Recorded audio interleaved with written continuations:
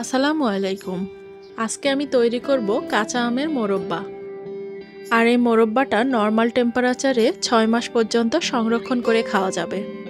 আমার আজকের এই রেসিপিটা যদি আপনাদের ভালো লাগে আমার চ্যানেলটিকে সাবস্ক্রাইব করে রাখার অনুরোধ রইল। আর আমার রেসিপিগুলো সবার আগে নোটিফিকেশন পেতে পাশে থাকা বেল আইকনটি বাজিয়ে রাখতে পারেন।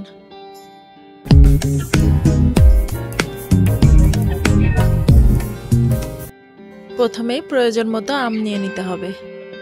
আমগুলোকে ভালোমতো ধুয়ে মুখের অংশটা কেটে ভালোভাবে ছিলে নিতে হবে।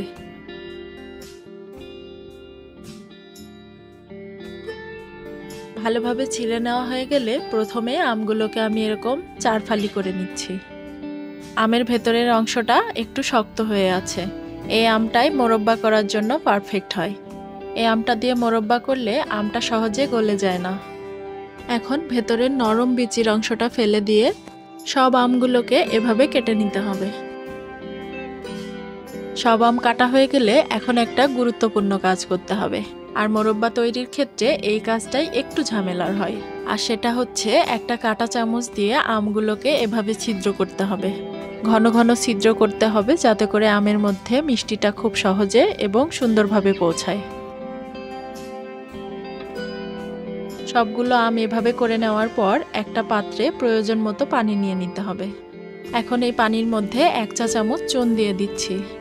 চুনটাকে পানির সাথে খুব ভালোভাবে গুলে নিতে হবে। ভালোভাবে গুলিয়ে নেওয়া হয়ে গেলে এর মধ্যে সব আমগুলো দিয়ে দিতে হবে। এখন এভাবেই আমগুলোকে 5 থেকে 6 ঘন্টা চুনের পানিতে ভিজিয়ে রাখতে হবে। সব থেকে ভালো হয় রাতে এই কাজটা করে সকালে মোরব্বা তৈরি করলে।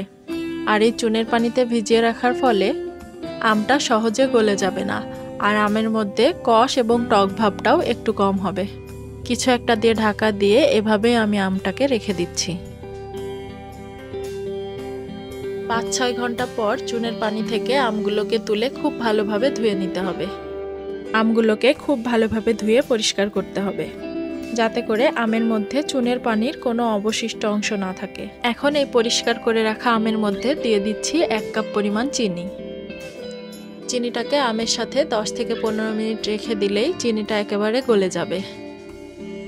চিনিটা গলে যখন এরকম পানি হয়ে আসবে তখন চুলায় একটি কড়া বসিয়ে এই চিনি পানি সহ আমটা দিয়ে দিতে হবে। এখন 10 মিনিট মতন এই আমটাকে জাল দিতে হবে। 10 মিনিট জাল দেওয়ার পর দেখা যাবে আমটাতে বেশ অনেকটা পানি ছেড়েছে। যখন আমটা এরকম আধা সিদ্ধ হয়ে এসেছে তখন আমি এর মধ্যে দিয়ে দিচ্ছি 1 চা চামচ গ্রিন ফুড কালার। যেহেতু কাঁচা আমের মোরব্বা তাই আমি গ্রিন ফুড কালারটা ইউজ করছি। এটা সম্পূর্ণই অপশনাল, আপনারা চাইলে অন্য যে কোনো কালার ব্যবহার করতে পারেন অথবা কালার ছাড়াও এই মোরব্বাটা তৈরি করতে পারেন। এভাবেই পানিটা সম্পূর্ণ শুকিয়ে আসা পর্যন্ত আমগুলোকে জাল করতে হবে।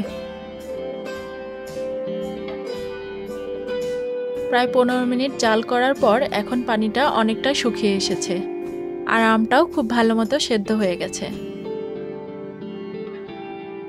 এই পর্যায়ে চুলার আঁচটা বন্ধ করে আধা ঘন্টা পর্যন্ত অপেক্ষা করব। এই সময়ের মধ্যে আমগুলো খুব ভালো মতো ঠান্ডা হয়ে আসবে।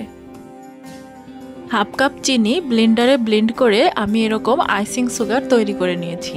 এখন একটা ট্রের মধ্যে আমি কিছুটা আইসিং সুগার এভাবে ছিটিয়ে দিচ্ছি। এবার তৈরি করে রাখা আমের মোরব্বা থেকে 1 টুকরা মোরব্বা নিয়ে এই আইসিং সুগারে গড়িয়ে নিতে হবে। সবগুলো মোরব্বা এভাবে আইসিং সুগারে গড়িয়ে নিয়ে ট্রেতে সাজিয়ে রাখতে হবে। সবগুলো সাজিয়ে নেওয়ার পর এই মোরব্বাগুলোকে 2 থেকে 3 দিন কড়া রোদে শুকিয়ে নিতে হবে। 3 দিন পর মোরব্বাগুলো খুব ভালো মতো শুকিয়ে এসেছে। এখন এই শুকনো মোরব্বাগুলোকে আরও একবার আইসিং সুগারে গড়িয়ে নিতে হবে।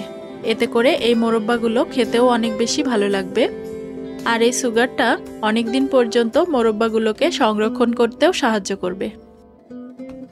ব্যাস এভাবেই তৈরি হয়ে গেল দারুণ মজাদার টক মিষ্টি কাঁচা আমের মোরব্বা। এই মোরব্বাটা এত বেশি মজার হয় যে বাড়িতে একবার আপনি তৈরি করলে বারবার তৈরি করতে চাইবেন।